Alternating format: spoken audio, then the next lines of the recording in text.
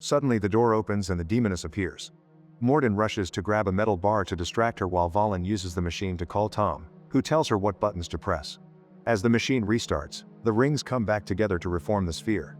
It starts glowing and so does the demoness, screeching in pain as her body disintegrates. In 1992 in Donhai, young Stella, her father Tom, and her mother Duangfen join their neighbors on the streets, who are celebrating a traditional ritual. Legend says that once upon a time there was a ring that could bring prosperity and abundance, but those who stole it were overtaken by greed. Those men fought for the ring and it broke into pieces. A demoness then appeared and killed those men before putting a famine curse on the village. Now the locals perform this ritual every year, hoping one day the demoness will forgive them and bring abundance again. The group sets up a bunch of meat dolls at the forest's edge and begins praying. When they hear roaring, they look down out of respect. Once the ritual is done, everyone goes home but Stella notices her uncle Jamboon staying near the forest. That night Stella wakes up when she hears a noise and sees Tom sneaking out of the house. He enters the forest with his gun out and notices the pieces of meat dolls hanging on the trees. Eventually he encounters the demoness devouring the meat and she growls at him before disappearing. A terrified Tom hears another noise and slowly turns around, only to find Stella. After Tom confirms he came looking for the demoness and the ring, they hear another creepy noise so they start moving toward a bright light, but they freeze when they hear more roaring. Noticing a shack nearby, Tom orders Stella to hide there and gives her a radio, telling her to call and say certain code if something happens to him. Then Tom approaches the light alone and finds the mythical ring floating in the air. He activates his mysterious bracelet and the ring starts coming down, but at the moment the demoness appears. The bracelet starts failing and the ring goes up again, glowing so much brighter that it scares the demoness off. Suddenly the ring shoots a huge beam of light that reaches the sky, which Jamboon sees from his house. Stella also sees the light and runs out to find Tom, but he's disappeared. She stares at the floating ring as the light disappears too and something falls from a tree nearby. When Stella checks on it, she's horrified to find a dead body. More human pieces begin to fall around her, so she rushes to hide in the shack and calls for help. When a body falls through the shack's roof, a terrified Stella rushes out and begins running again, dodging the bodies without noticing they're falling from a mysterious light in the sky. When she leaves the forest she finds a car waiting. In 2023 in Bangkok, a recently divorced Stella is in charge of a museum space exhibition. However, after a mistake that was actually her boss's fault, she gets fired. That night Stella tells her daughter Valen that they aren't going home because it was a work benefit, so she's looking for a place to spend the night. At that moment she receives a call from her Donhai informing her that her mother is sick, so Stella agrees to visit. The plane tickets are paid by her cousin Ithi, who also picks them up at the airport. As they come closer to the village, Stella remembers the morning after the incident. Duangfen and Jamboon tried to tell her that Tom abandoned them, but Stella insisted she saw bodies falling and that her dad may have been taken. Jamboon scolded her and said she dreamed everything. In the present, Stella visits Duangfen at the hospital. The old lady mentions Tom's code, saying it's time for Stella to find her dad. However, Stella thinks it's the fever talk. Afterwards Stella goes to her old house and discovers Jamboon is so desperate to buy it that he offers much more money than it's actually worth. Stella refuses and decides to live here for now to stay close to her sick mother. She also notices that Jamboon's son Kong looks exactly like the last time she saw him. He even looks younger than her even though he's older. Later Stella teaches Valen that they must always take care of themselves, which makes her remember how the kids in her village used to mock her for being half white. When the kids insulted her mother, little Stella would fight them. The kids ran away when they noticed Kong watching them, confirming he looked the same back then. Every day Stella tried saying the code on the radio, but she never got an answer. In the present, Stella tries the code on the radio again to no avail. In the middle of the night a voice on the radio wakes Stella up.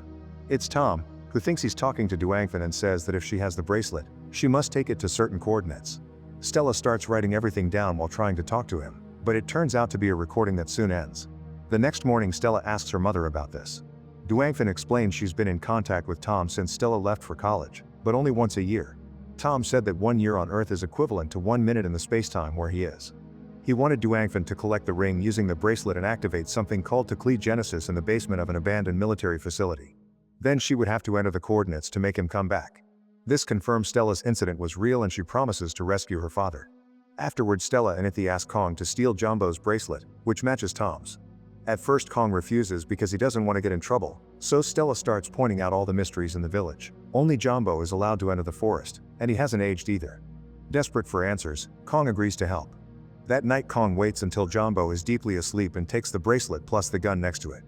Then he, Ithi, and Stella enter the forest, unaware that various circles of light have appeared in the area.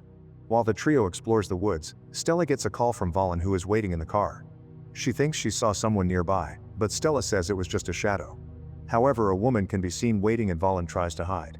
Soon the group finds the floating ring, glowing as usual. Stella puts on the bracelet and the ring immediately transforms into a sphere before it starts to go down. At that moment the woman Valen saw appears behind them and begins glowing too as it shows her demonic form. When the sphere lands on Stella's hand, it expels a big shockwave that makes the creature disappear. Then the trio tries to run away, only to find the demoness in her full monster form. Kong immediately shoots her, triggering a flashback of a school shooting and his body falling through the sky. This makes him collapse, so the others put the gun away and help him get in the car. The demoness tries coming after them, but the wound makes her slow. As the group drives away, they notice Jumbo arriving in his own car. Later at the abandoned military base, the group breaks the door open and rushes to the basement, not noticing the weird energy at the door. When Kong turns on the power, they discover a huge machine.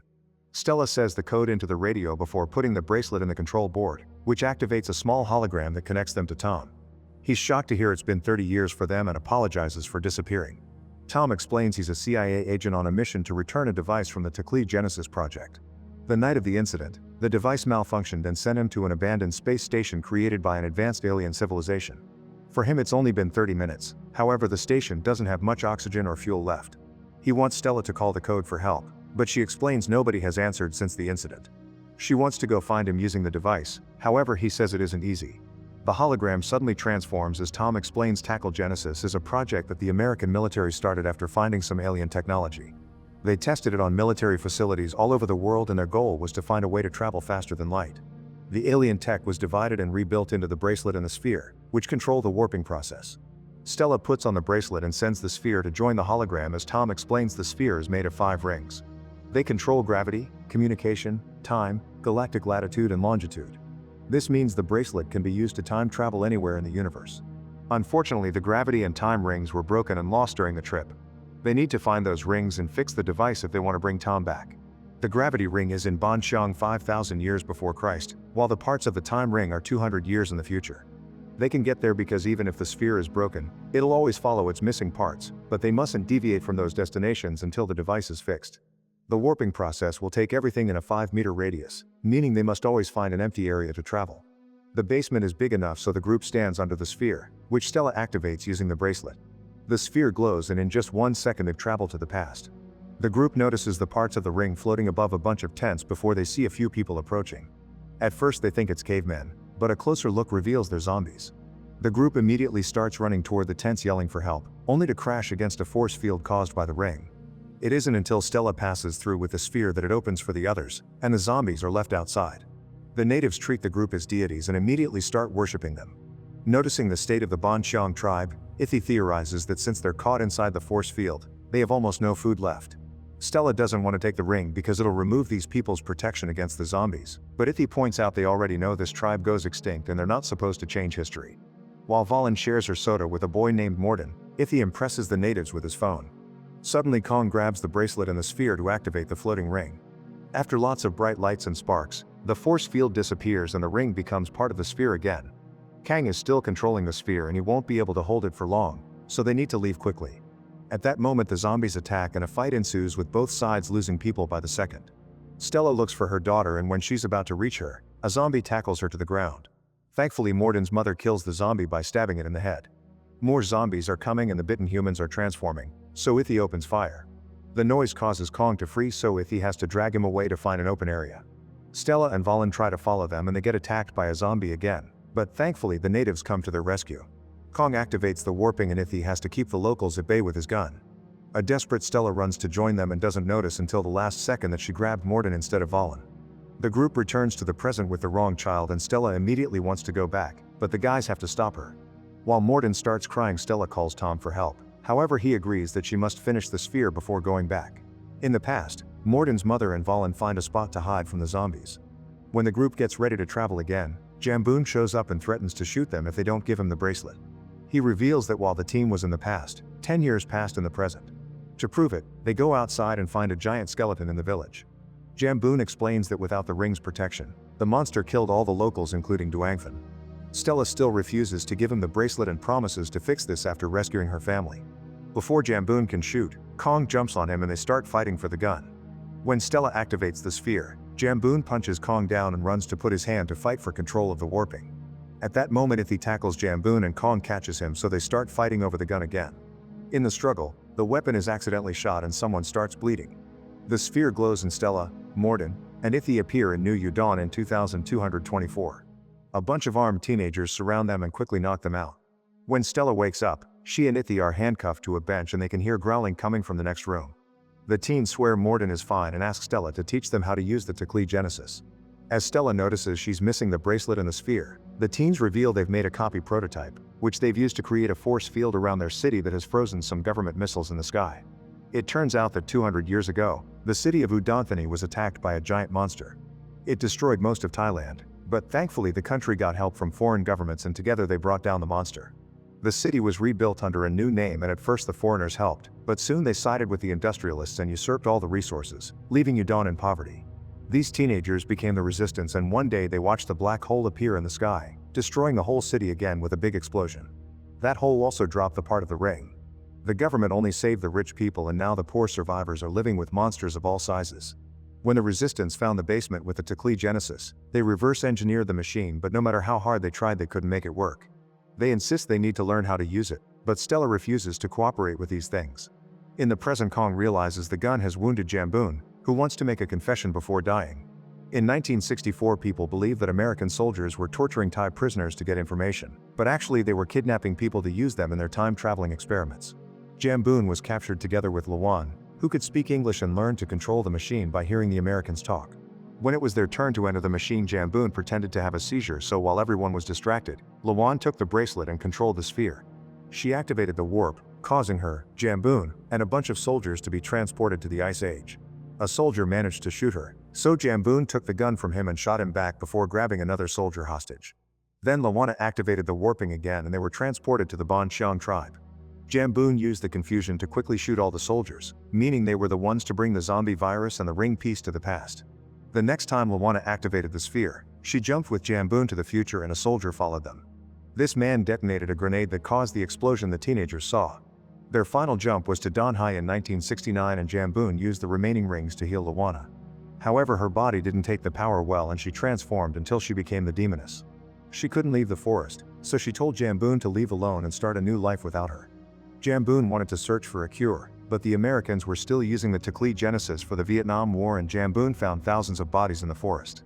This is a reference to a real historical event known as the Thammasat tragedy, during which hundreds of students were shot down by soldiers. In this story, the military used the machine to cover up the tragedy by getting rid of the bodies. One of these students was Kong, who was still alive when Jamboon found him and adopted him. In the present, Jamboon explains he stayed in Donhai to protect Kong and the sphere in the forest. As his last wish, he asks Kong to take him to the woods to see Lawan. In the future, Valen and Morden's mother are shocked to wake up inside a theater. When they try to leave, the building starts shaking and they see a giant monster outside the window. Meanwhile, Stella agrees to teach the teens how to use the sphere, but warns them that this will make the force field disappear. They bring a monster inside a cage and practice by sending it to the prehistoric era. This makes the force field go away and the missiles begin exploding in the sky. Soon they bring the cage back, but it's empty.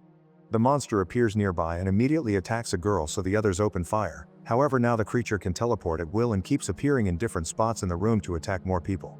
Everyone starts running away, but they can't go outside because the missiles are releasing toxic gas, which is already affecting the guards. Soon the monster is cornering people against walls and doors to eat them. Stella takes the sphere and the bracelet back and realizes it's malfunctioning because instead of reabsorbing the final ring, the teens completed the sphere with their copy.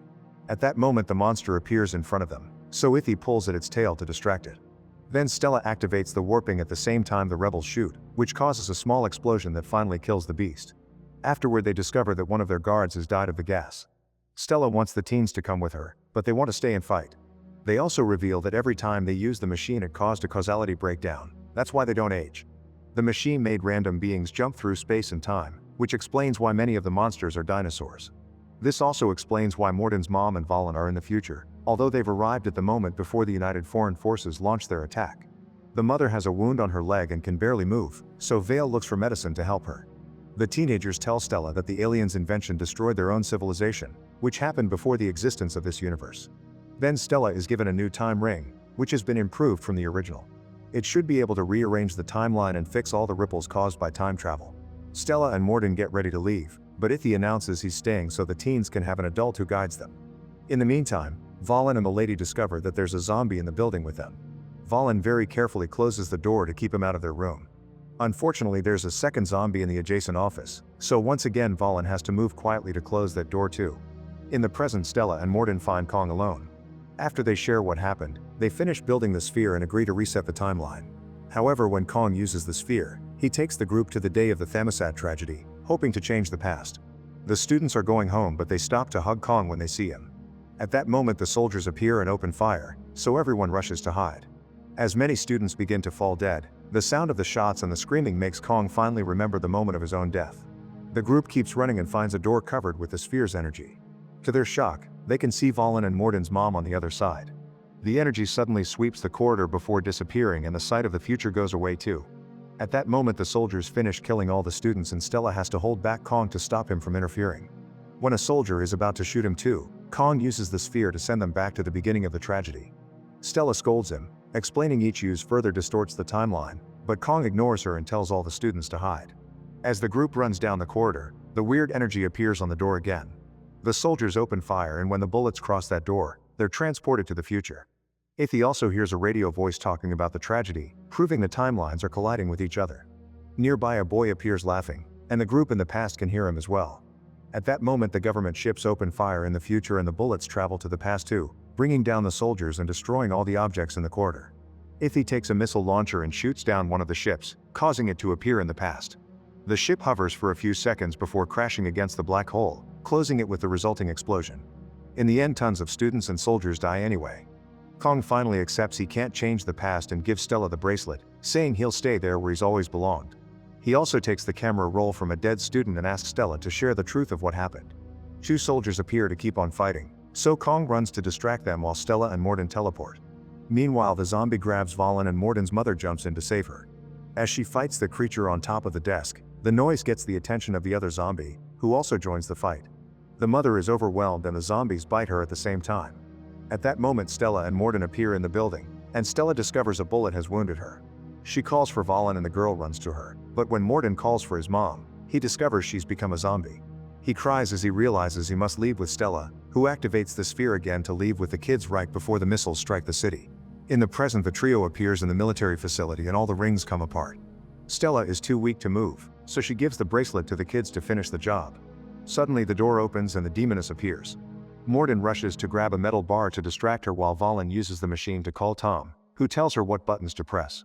As the machine restarts, the rings come back together to reform the sphere.